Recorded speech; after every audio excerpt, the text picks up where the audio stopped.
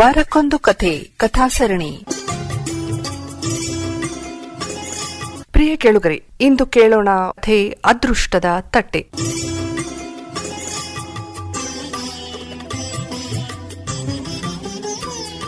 ಅದೊಂದು ಊರು.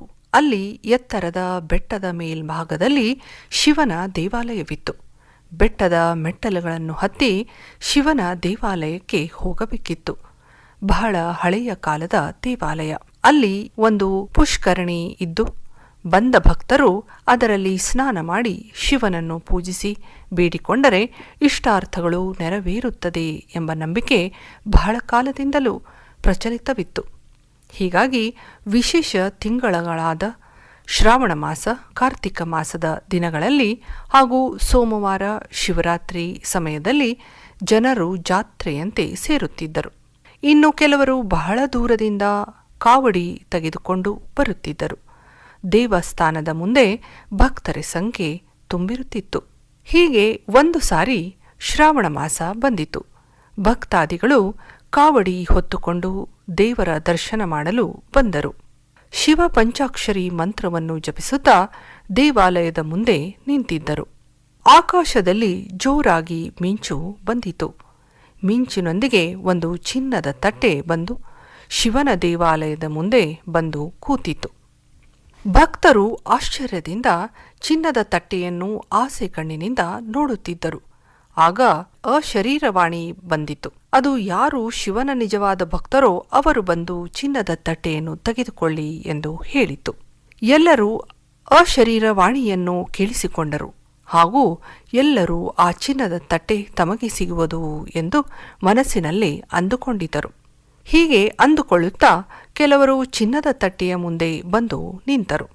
ಆದರೆ ಅದಕ್ಕಿಂತ ಮೊದಲು ದೇವಸ್ಥಾನದ ಪೂಜೆ ಮಾಡುತ್ತಿದ್ದ ಪೂಜಾರಿ ಚಿನ್ನದ ತಟ್ಟೆಯ ಹತ್ತಿರ ಬಂದು ನಿಂತು, ನಾನು ನಿತ್ಯವೂ ಎಲ್ಲರಕ್ಕಿಂತ ಮುಂಚೆಯೇ ಬಂದು ಶಿವನ ಅಭಿಷೇಕವನ್ನು ಮಾಡುತ್ತೇನೆ, ಹಾಗಾಗಿ ಇದು ನನಗೆ ಸೇರಬೇಕಾದದ್ದು ಎಂದು ಚಿನ್ನದ ತಟ್ಟೆಯನ್ನು ತೆಗೆದುಕೊಂಡರು. ಆದರೆ ಏನಾಶ್ಚರ್ಯ, ಪೂಜಾರಿ ತಟ್ಟೆಯನ್ನು ಕೈಯಲ್ಲಿ ತೆಗೆದುಕೊಳ್ಳುತ್ತಿದ್ದಂತೆ ಮಣ್ಣಿನ ತಟ್ಟೆಯಾಯಿತು. ಪೂಜಾರಿ ನಾಚಿಕೆಯಿಂದ ತಟ್ಟೆಯನ್ನು ಅಲ್ಲೇ ಇಟ್ಟು ಹಿಂದೆ ಹೋದನು. ನಂತರ ಆ ಚಿನ್ನದ ತಟ್ಟೆಯನ್ನು ಬಹಳಷ್ಟು ಜನ ಮಹಿಳೆಯರು, ಗಂಡಸರು ಬಂದು ತೆಗೆದುಕೊಂಡು ನೋಡಿದರು. ಆದರೆ ಅವರು ಚಿನ್ನದ ತಟ್ಟೆ ಮುಟ್ಟುತ್ತಿದ್ದ ಹಾಗೆ ಮಣ್ಣಿನ ತಟ್ಟೆಯಾಗುತ್ತಿತ್ತು.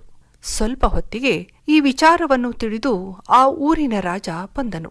ಅಲ್ಲಿ ನಿಂತ ಪ್ರಜೆಗಳಿಗೆ ಹೇಳಿದನು, ನಾನು ಈ ದೇವಾಲಯವನ್ನು ನಿರ್ಮಾಣ ಮಾಡಿದವನು ಹಾಗೂ ದೇವಸ್ಥಾನ ಕಟ್ಟಲು ಬಹಳಷ್ಟು ಖರ್ಚು ಮಾಡಿದ್ದೇನೆ. ಆದುದರಿಂದ ಈ ತಟ್ಟೆ ನನಗೆ ಸೇರಬೇಕು ಎಂದು ತಟ್ಟೆಯನ್ನು ಕೈ ಹಾಕಿ ತೆಗೆದುಕೊಳ್ಳಲು ಹೋದನು. ಆದರೆ ರಾಜನ ಕೈ ಚಿನ್ನದ ತಟ್ಟೆಯನ್ನು ಮುಟ್ಟುತ್ತಿದ್ದಂತೆ ಮಣ್ಣಿನ ತಟ್ಟೆಯಾಯಿತು. ಇದರಿಂದ ರಾಜನಿಗೆ ಅವಮಾನವಾಯಿತು. ರಾಜನು ಗುಂಪಿನಿಂದ ಈಚೆ ಬಂದು ದೂರದಲ್ಲಿ ಹೋಗಿ ನಿಂತನು. ಸಮಯವಾಗುತ್ತಿದ್ದಂತೆ ಆ ತಟ್ಟೆಯನ್ನು ಮುಟ್ಟಲು ದೂರದಿಂದ ಸಿದ್ಧರು, ಜೋಯಿಷರು, ಪುರೋಹಿತರು, ಮಹಾತ್ಮರು, ದಾನಿಗಳು, ಜ್ಯೋತಿಷ್ಯರು, ಸಾತ್ವಿಕರು, ಮೇದು ಮನಸ್ಸಿನವರು, ಸವಿನುಡಿಯವರು, ಹೀಗೆ ಜನಗಳಿಂದ ಕರೆಸಿಕೊಂಡವರೆಲ್ಲರೂ ಬಂದರು. ಆದರೆ ಅವರ ಕೈ ತಟ್ಟೆಯನ್ನು ಮುಟ್ಟುತ್ತಿದ್ದಂತೆ ಚಿನ್ನದ ತಟ್ಟೆ ಮಣ್ಣಿನ ತಟ್ಟೆಯಾಗುತ್ತಿತ್ತು. ಹೀಗೆ ಅಲ್ಲಿ ಇದ್ದ ಭಕ್ತರು, ದೂರದಿಂದ ಬಂದವರು ಯಾರೋ ಮುಟ್ಟಿದರೂ ಮಣ್ಣಿನ ತಟ್ಟೆಯಾಗುತ್ತಿತ್ತು. ಬಹಳ ಹೊತ್ತಾಗಿತ್ತು. ಶಿವನ ದರ್ಶನ ಮಾಡಬೇಕೆಂದು ಅವಸರವಾಗಿ ಒಬ್ಬ ರೈತನು ಬಂದನು. ರೈತನು ಬಡವನಾಗಿದ್ದನು. ಮೇಲಾಗಿ ದಿನಪೂರ್ತಿ ತನ್ನ ಹೊಲದಲ್ಲಿ ಶ್ರಮಪಟ್ಟು ದುಡಿಯುತ್ತಿದ್ದನು. ಆ ದಿನವೂ ಶ್ರಾವಣದ ಸೋಮವಾರವಾಗಿದ್ದು ರೈತನು ಹೊಲದ ಕೆಲಸ ಮುಗಿಸಿ ಶಿವನ ದರ್ಶನ ಮಾಡಬೇಕೆಂದು ಬರುತ್ತಿದ್ದನು. ಅವನು ಬರುತ್ತಿದ್ದ ಹಾದಿಯಲ್ಲಿ ಬಹಳ ಹಸಿದು ಸುಸ್ತಾಗಿದ್ದ ಸನ್ಯಾಸಿಯೊಬ್ಬನು ಕಂಡನು. ಅವನು ಬಹಳ ಹಸಿದಿದ್ದು ಆಯಾಸಗೊಂಡಿದ್ದೇನೆ, ತಿನ್ನಲು ಏನಾದರೂ ಕೊಡು ಎಂದು ರೈತನನ್ನು ಕೇಳಿದನು. ರೈತನು ತನಗೆಂದು ತಂದಿದ್ದ ಊಟವನ್ನು ಅವನಿಗೆ ಕೊಟ್ಟು ಸಂತಸದಿಂದ ಶಿವನ ದರ್ಶನಕ್ಕೆ ಬಂದನು. ಅವನಿಗೂ ಚಿನ್ನದ ತಟ್ಟೆ ವಿಚಾರ ತಿಳಿದಿತ್ತು.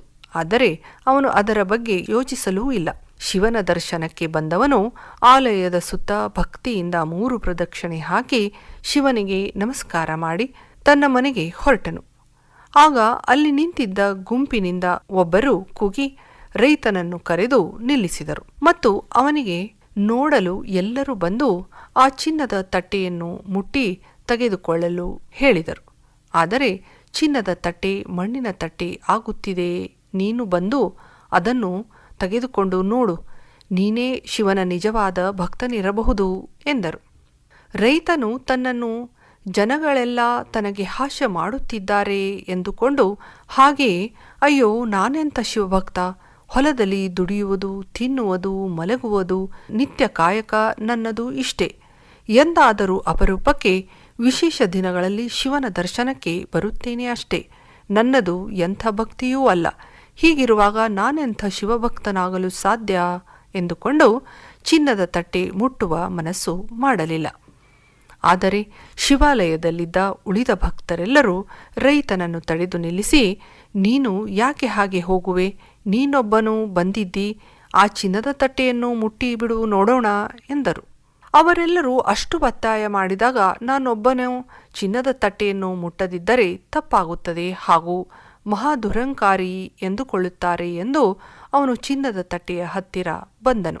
ಆದರೆ ಆಶ್ಚರ್ಯ, ಅವನ ಕೈ ಹತ್ತಿರ ಹೋಗುತ್ತಿದ್ದ ಹಾಗೆ ಚಿನ್ನದ ತಟ್ಟೆ ಥಳಥಳ ಹೊಳೆಯಲು ಪ್ರಾರಂಭಿಸಿತು.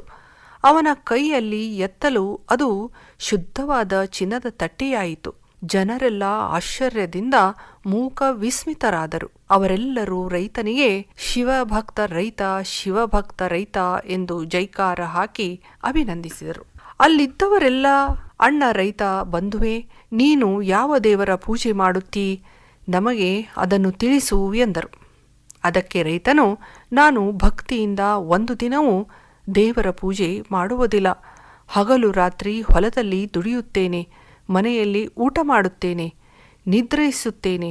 ಇದೇ ನನ್ನ ದಿನಚರಿ. ಆದರೆ ಸಮಯ ಸಿಕ್ಕಾಗಲೆಲ್ಲ ನಿರ್ಗತಿಗರಿಗೆ, ಬಡವರಿಗೆ ಸಹಾಯ ಮಾಡುತ್ತೇನೆ ಎಂದನು. ಆಗ ಅಲ್ಲಿದ್ದ ಜನರು ಕೇಳಿದರು, ನೀನು ಯಾಕೆ ಸಹಾಯ ಮಾಡುವೆ?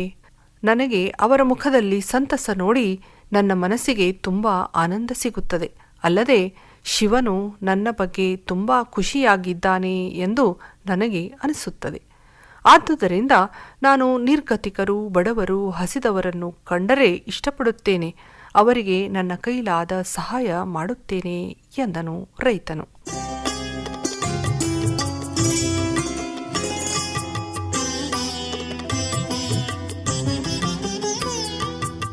ರೈತನು ನಿರ್ಗತಿಕರಿಗೆ ಸಹಾಯ ಮಾಡಿ ಅವರ ಮುಖದಲ್ಲಿ ಶಿವನ ನಗುವನ್ನು ಕಾಣುತ್ತಿದ್ದನು ಅನ್ನುವ ಕಥೆ ಸಾರಾಂಶ ಇದಾಗಿತ್ತು. ಪ್ರಿಯ ಕೇಳುಗರೇ, ನೀವೇನಂತೀರಾ?